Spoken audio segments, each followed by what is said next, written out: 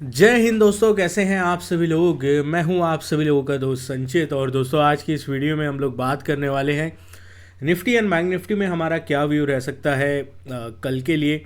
आज जो US Fed की मीटिंग है उसमें क्या डिसीजन जो है जेरोम पवल साहब की तरफ से लिए जा सकते हैं, और क्या वजह है जिसकी वजह से हमारे बाज़ार में लगातार सेलिंग आ रही है।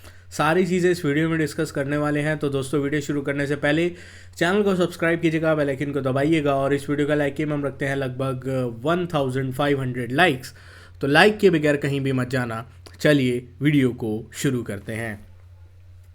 देखिए, सबसे पहली चीज़ हम लोग बात कर लेते हैं ग्लोबल मार्केट्स के बारे में। ग्लोबल मार्केट्स की अगर हम बात करते हैं तो आज ग्लोबल फ्यूचर्स में थोड़ी हल्की फुल्की तेज़ी जो है वो देखने को मिल रही है। हालांकि डाउ कल जो है लगातार 9 दिन तक जो है वो गिरावट के साथ बंद हुआ। 1978 के बाद पहली बार ऐसा हुआ है कि डाउ जोन्स लगातार 9 दिन जो है वो रेड में बंद हुआ। हालांकि उतना बड़ी गिरावट नहीं आ रही है, मतलब टोटल जो है वो 1500-1600 पॉइंट के आसपास की गिरावट होगी, बट ओवरऑल कुछ बड़ी गिरावट नहीं है। नैस्डैक कल हल्की फुल्की प्रॉफिट बुकिंग नैस्डैक में भी देखने को मिली। इसकी वजह से हल्का फुल्का एक गैप डाउन यहाँ भी हुआ, बट हमारे यहाँ की सेलिंग हल्की फुल्की नहीं है। क्योंकि अगर आप बाहर देखो, अभी भी फ्यूचर्स अमेरिका के 80 पॉइंट ऊपर डाउ ऊपर है, 40 पॉइंट ऊपर नैस्डैक है।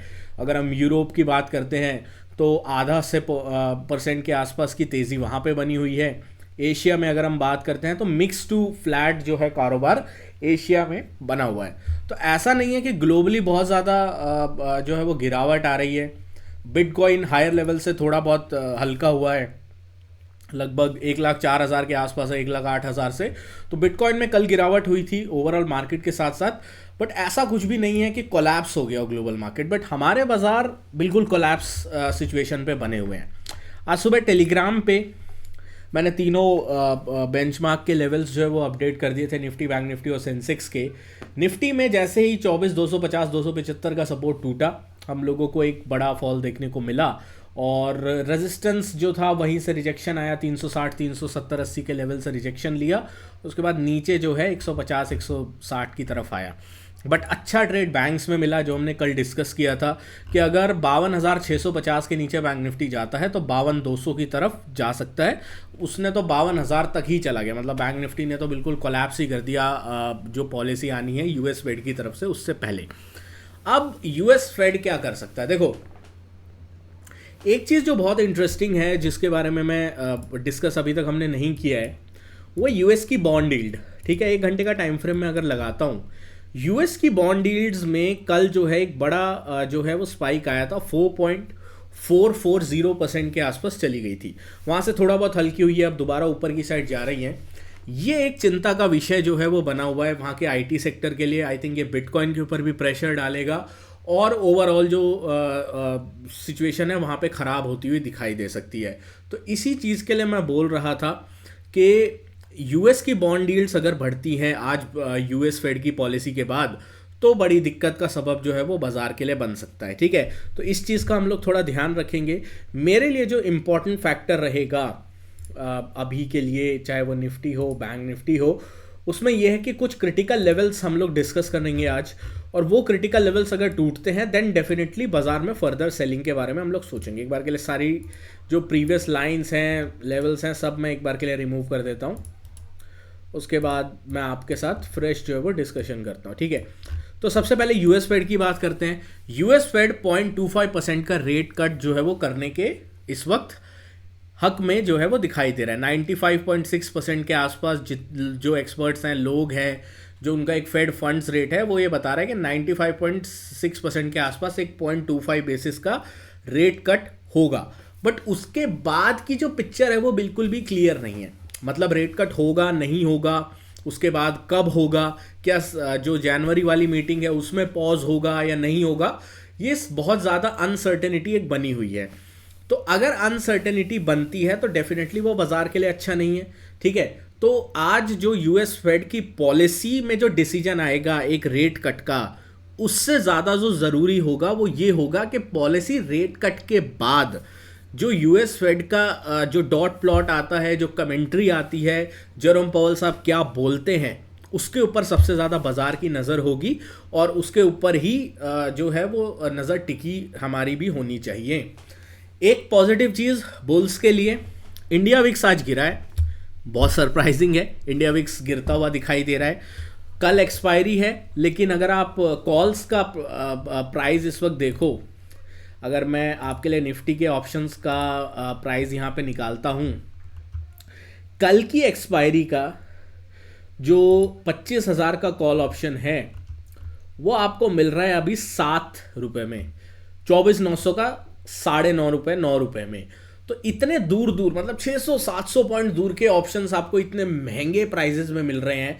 और ये कल अगर कुछ भी नहीं हुआ मीटिंग में, गैप अप या गैप डाउन हल्का फुल्का हुआ, तो उसमें ये सारे प्रीमियम्स क्रश हो जाएंगे। तो ऑप्शन सेलर्स की तो कल बल्ले बल्ले होनी ही है, अगर कुछ बहुत बड़ा नेगेटिव या बड़ा पॉजिटिव नहीं आता है। तो ये चीज़ डेफिनेटली अभी के लिए हमारे सामने सिचुएशन बनी हुई है। अब अपने को क्या करना है, देखो हमारे पास जो अगला सपोर्ट निफ्टी में निकल के आ रहा है वो निकल के आ रहा है 24,050 से 24,075 का लेवल, ठीक है। 24,075 से 24,050। अगर आपको फ्रेश सेल ऑफ करना है निफ्टी के अंदर, तो 24,050 से 24,075 के लेवल के ऊपर आपको फ्रेश सेल ऑफ करना होगा। अगर 24,050 से 75 के लेवल को मार्केट होल्ड करने में कामयाब रहता है, तो हम लोगों को एक बहुत अच्छा दोबारा से हो सकता है बाउंस देखने को मिले। मतलब क्योंकि बाजार रेंज में है, रेंज के हायर एंड पे सेलिंग आ रही है, लोअर एंड पे बाइंग आ रही है, हायर रेंज पे सेलिंग आ रही है, लोअर एंड पे बाइंग आ रही है। तो हो सकता है दोबारा से लोअर एंड से एक बार बाउंस हमें अटेम्प्ट हो। बट अगर 24,050 और 24,075 के नीचे हम दोबारा से कल के दिन ट्रेड करना स्टार्ट करते हैं, तो वीकनेस बढ़ सकती है, एनहांस हो सकती है, और उसके बाद बड़ी गिरावट हमें लगभग 23,800 की तरफ लेके जा सकती है। तो इसके ऊपर अपने को ध्यान रखना है। ऑन द अप साइड में मान लीजिए गैप अप हो जाता है, ठीक है, तो गैप अप में जब तक 24,300 से लेकर 320 का ये जो लेवल है, इस जोन को हम नहीं निकालते हैं, 300 से लेकर 320 का लेवल, 325 टू बी प्रिसाइज, तब तक मैं फ्रेश बाइंग के फेवर में नहीं हूं, ठीक है। इसके ऊपर निकलता है तो डेफिनेटली हम लोग एक बार के लिए फ्रेश बाइंग का अटेम्प्ट कर सकते हैं। बैंक्स की बात कर लेते हैं। बैंक्स की बुरी पिटाई हुई आज, हल्की फुल्की थोड़ी बहुत रिकवरी हुई एंड में, बट पिटाई तो बुरी हुई है, इसमें कोई दो राय नहीं है।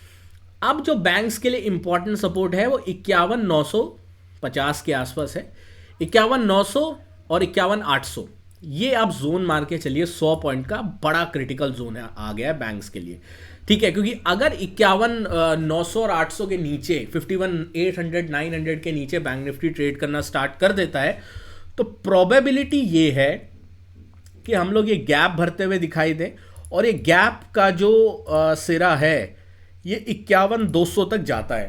तो लगभग 700 से 800 पॉइंट की और गिरावट हमें देखने को मिल सकती है अगर हम 51,800 51,900 के नीचे ट्रेड करना स्टार्ट करते हैं। तो इस चीज़ का अपने को ध्यान रखना है। तो बैंक्स में कॉशियस रहना है, निफ्टी में कॉशियस रहना है। लेवल्स टूटे आइदर साइड में तभी ट्रेड करना है, क्योंकि प्रीमियम्स बहुत ज़्यादा हाई हैं। अगर ऐसा है तो ज़बरदस्ती मत घुसो यार, ट्रेड में अवॉइड करो, कोई दिक्कत की बात नहीं है। जब प्रीमियम सेटल हो जाएंगे तब हम ट्रेड कर लेंगे, बट अभी के लिए अगर आप गलत प्रीमियम में ट्रेड करोगे फंस जाओगे, साइडवेज मार्केट में दिक्कत हो जाएगी प्रीमियम जब क्रश होंगे। तो दोस्तों आशा करता हूँ वीडियो पसंद आई होगी। वीडियो पसंद है तो वीडियो को लाइक कीजिएगा। मिलता हूँ आपसे की वीडियो में। Thank you so much for watching guys. जय हिंद, वंदे मातरम।